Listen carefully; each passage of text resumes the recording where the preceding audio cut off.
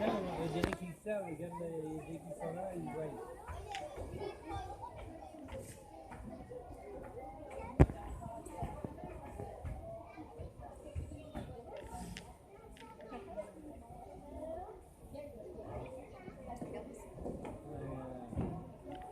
Et ils regardent ils savent qu'ils vont monter. Bonjour et bienvenue dans la réserve californienne. Vous allez assister à l'animation des Lions de mer qui se déroulera uniquement en français. C'est pourquoi nous allons expliquer son déroulement à nos visiteurs anglophones. Nous vous remercions de votre compréhension et vous souhaitons un agréable moment en compagnie de nos Lions de mer. Hello and welcome to the Californian Reserve where you can watch sea lions. At the beginning of the 20th century, they almost disappeared because they were hunted for their fur and meat. In 1980, the Channel Island National Park has been created in California to protect them. Now, thanks to the marine reserves, many species are protected. In the wild, sea lions spend most of the time hunting for food. Here at Nausicaa, our sea lions are trained every day during feeding time. The training is a combination of different exercises. Physical exercises by making them jumps and natural behavior. Mental stimulation exercises by recognizing shapes and letters. And medical exercises by getting the animal used to medical care and examination. We remind you that the show will be in French and hope you will enjoy it anyway. We wish you a nice show with our sea lions.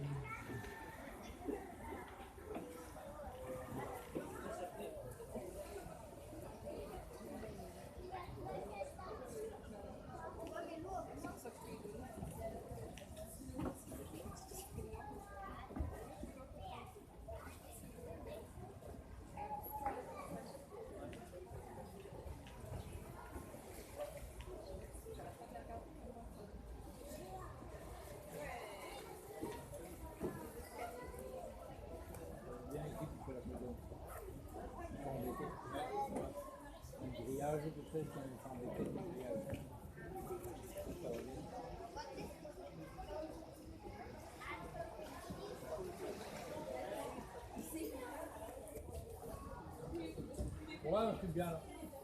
Ouais, c'est bon, c'est bon.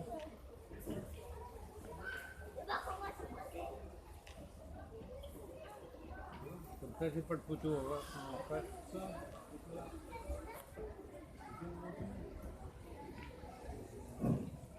Bonjour et bienvenue. Vous voici arrivés dans la réserve naturelle californienne. Vous pouvez y observer des lions de mer de Californie, appelés plus communément otaries. En milieu naturel, ces animaux vivent dans l'océan Pacifique sur les côtes rocheuses et sableuses de Californie. Nausicaa a choisi de vous présenter cette espèce car elle a bien failli disparaître à la fin du 19e siècle. En 1900, pour remédier à cela, les autorités américaines ont décidé d'en interdire la chasse. Depuis, grâce à cette protection, les effectifs ont commencé à augmenter. Puis, en 1980, un sanctuaire marin a été créé au large de San Francisco. C'est la réserve des îles du Détroit. Alors bonjour à tous et bienvenue à Nausicaa. Vous allez voir prendre place sur les rochers 4 de nos otaries. Nous avons montré à Alban, il est à l'intérieur dans les locaux parce qu'il va travailler des exercices complètement différents que l'on appelle entraînement médical. Alors voici mon collègue William qui va vous présenter les exercices que l'on réalise dans les coulisses. Xino, Speedy, en place. Voilà, on va attendre que les otaries me rejoignent. On a déjà Moritz qui est à sa place, c'est la plus petite. Voici Xino. Speedy, come. Allez, Speedy va venir me rejoindre, il fait 220 kg. Donc on va de 70 kg pour Moritz à 220 kg pour Speedy, qui est la plus grosse otarie ici à Nausicaa. Speedy, go. Alors Speedy va rejoindre William. William va vous montrer quelques exercices. Et nos otaries sont entraînées, elles travaillent depuis 1998 par exemple pour Speedy. Et ils sont entraînés à faire des exercices qui ont pour but de leur bien-être. Donc on va faire de l'entraînement médical Comme vous pouvez le voir expliqué actuellement, nous avons appris à nos otaries à prendre différentes positions et à se laisser manipuler volontairement, c'est-à-dire à se laisser manipuler essentiellement à des fins vétérinaires, c'est-à-dire là avec le stéthoscope pour écouter le rythme cardiaque. Donc Speedy, vous voyez, il fait 220 kg.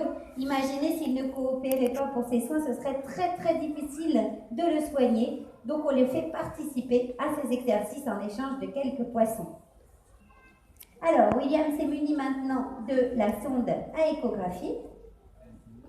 Ça va permettre à la vétérinaire d'intervenir rapidement, de regarder les organes, regarder l'état du cœur, du foie. On va pouvoir vérifier ainsi leur état de santé rapidement. La vétérinaire vient une fois par mois à Nausicaa. Elle n'est pas en permanence sur le parc, elle vient aussi en cas d'urgence. Et là, eh bien, elle est bien contente de pouvoir avoir des animaux qui sont si calmes et si bien entraînés. Voilà, donc échographie pour Speedy. C'est très bien, il va recevoir sa petite récompense. Alors Speedy, il mange jusqu'à 10 kilos en hiver, un petit peu moins en ce moment, 10 kilos de poisson par jour, poisson et calmar, pour lui tout seul, donc uniquement pour Speedy. Alors, là, on va faire une petite désinfection des nageoires avant, ça vous permet d'observer les nageoires qui sont très puissantes chez nos otaries.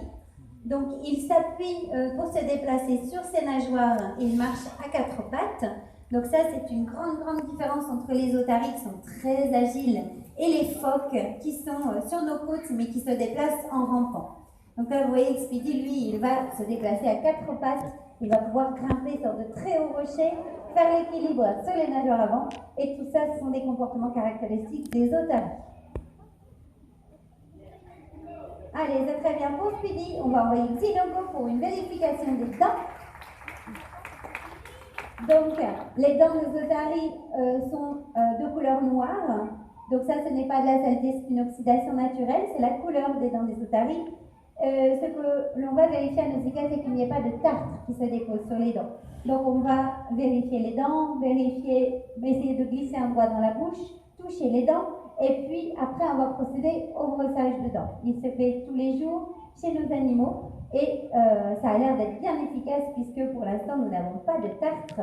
Et nos otaries donc, commencent à être vieillissantes. Elles ont plus de 15 ans, 18 voire 20 ans pour certaines. Et donc, c'est très important d'éviter le dépôt de tartre pour avoir à éviter de faire des détartrages et donc de devoir les endormir. C'est très bien pour Xino, pour l'ouverture de bouche. On va demander Fridolin, go, à Fridolin maintenant de vous montrer un outil indispensable pour nos otaries qui se situe au niveau du museau, ce sont les moustaches. Fridolin va vous présenter ces vibrisses, elles sont extrêmement sensibles ces vibrisses et ça va permettre à nos otaries, lorsqu'elles sont dans l'eau, de sentir les vibrations des poissons ou des calmars. Alors, attention pour les vibrisses, c'est parti avec Fridolin. Alors, on va attendre un petit peu. Fridolin n'a pas décidé de vous présenter. Ah, ça y est. Donc, vous les voyez, il maîtrise les vibrisses. Il arrive, grâce à un muscle, à les pointer vers l'avant pour détecter son environnement et détecter aussi les proies, donc les calmars et les poissons qui vont faire des vibrations, je vous le disais. Alors, les otaries, lorsqu'elles vont chercher les calmars, elles vont très profond. Elles font des apnées de plusieurs minutes, 5-7 minutes sans aucun problème. Là, vous voyez, Fridolin est parti chercher un jouet dans ce bassin de 5 mètres de profondeur. Et donc, les otaries vont pouvoir rester en apnée. Elles ont un muscle qui ferme leurs narines. Et c'est très pratique, elles restent comme cela au fond de l'eau. Et lorsqu'elles remontent en surface, elles vont seulement ouvrir les narines pour respirer. Alors, on va essayer d'écouter chez Fridolin. Durant les sauts, généralement un saut sur deux, Fridolin va expulser l'air et reprendre une respiration. Donc ça, c'est très important chez nos otaries, c'est une adaptation au milieu aquatique. Les narines sont fermées. Il est parti pour une traversée de bassin. On peut l'encourager, Fridolin, c'est très bien. On entendait donc bien expirer l'air et reprendre une respiration. Ça permet à nos otaries, qui sont des mammifères marins, de rester dans l'eau tout en respirant. Il ne faut pas oublier que ce sont des mammifères, donc ils ont besoin de respirer de l'air. C'est pour cela qu'on peut trouver des otaries noyées dans les filets. S'ils ne peuvent plus remonter en surface, eh bien ils peuvent se noyer. C'est très bien, bon fruit de là. On va passer à une série de sauts à distance.